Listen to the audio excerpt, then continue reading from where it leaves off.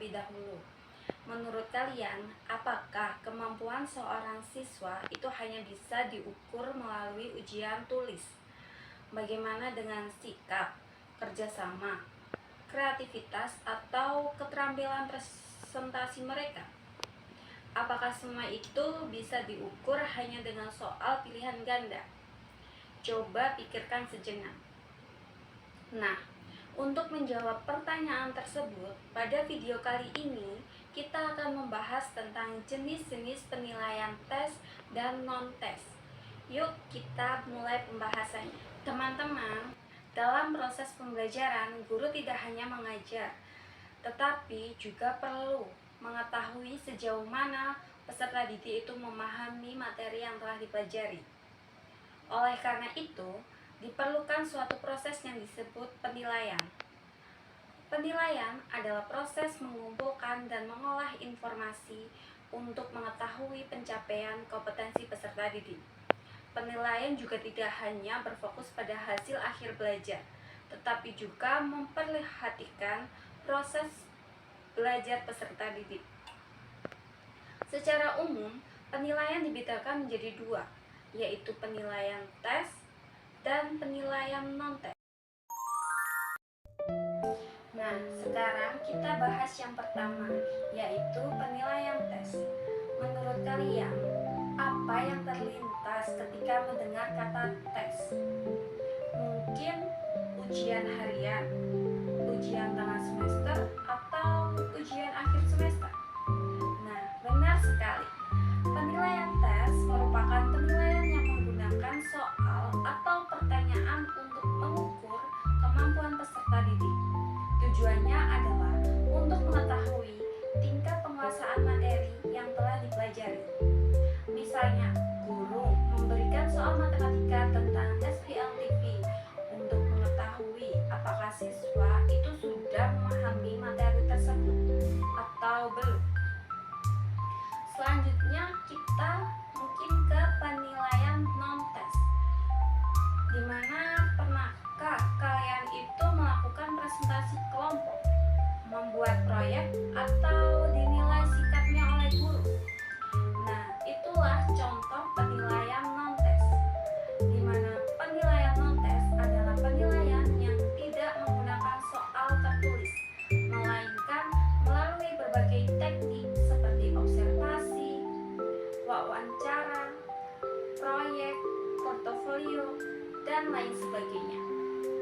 Penilaian ini digunakan untuk mengukur sikap, keterampilan, minat, dan karakter peserta didik. Baik, teman-teman, sekarang kita ke bagian jenis penilaian tes, di mana penilaian tes itu memiliki beberapa jenis berdasarkan bentuk soal.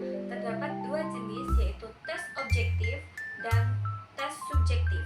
Di mana tes objektif itu memiliki jawaban yang pasti, contohnya seperti pilihan ganda, benar salah, menjodohkan, dan isian singkat. Sedangkan tes subjektif itu mengharuskan siswa itu menjawab menggunakan kata-katanya sendiri. Contohnya adalah soal uraian dan esai. Selanjutnya yakni tes berdasarkan waktu pelaksanaannya. Selain berdasarkan bentuk soal, tes juga dibedakan berdasarkan waktu pelaksanaannya. Pertama adalah tes diagnostik, di mana tes ini itu digunakan untuk mengetahui kesulitan belajar siswa. Kedua adalah tes formatif, di mana tes ini dilakukan selama proses pembelajaran berlangsung. Dan yang ketiga adalah tes sumatif.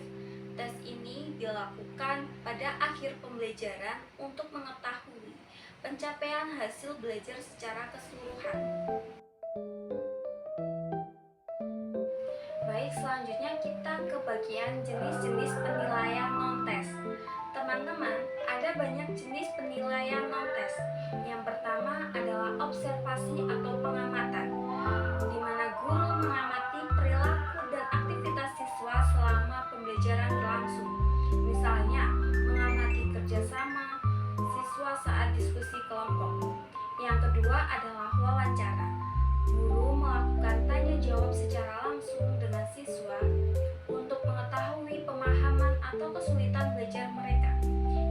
ketiga adalah angket atau kuesioner, di mana biasanya digunakan untuk mengetahui minat atau motivasi belajar siswa. Dan selanjutnya, terkait penilaian non-tes, selain itu terdapat penilaian diri, di mana dalam penelitian ini siswa menilai dirinya sendiri berdasarkan kriteria tertentu. Ada juga penilaian antar teman atau peer assessment. Di sini siswa menilai kontribusi teman satu kelompoknya. Kemudian terdapat dengan portofolio, yaitu kemampuan kumpulan hasil karya siswa selama periode tertentu. Ada pula penilaian proyek, misalnya dengan membuat laporan atau grafik hasil pengolahan data.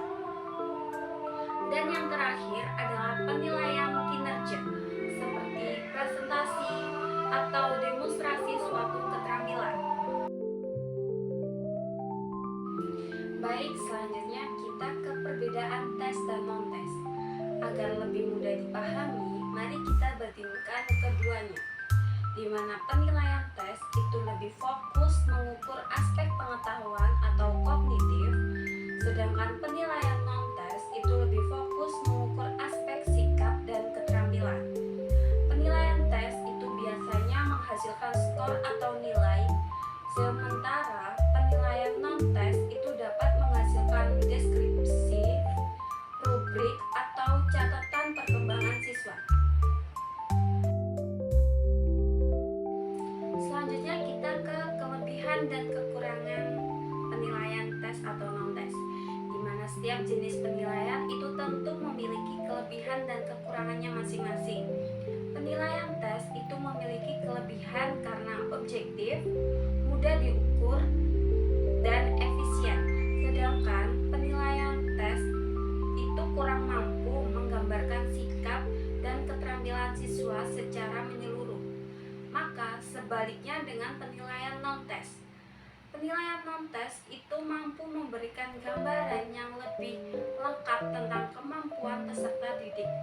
Namun, pelaksanaannya itu membutuhkan waktu lebih lama dan memerlukan instrumen yang baik agar hasilnya tetap objektif.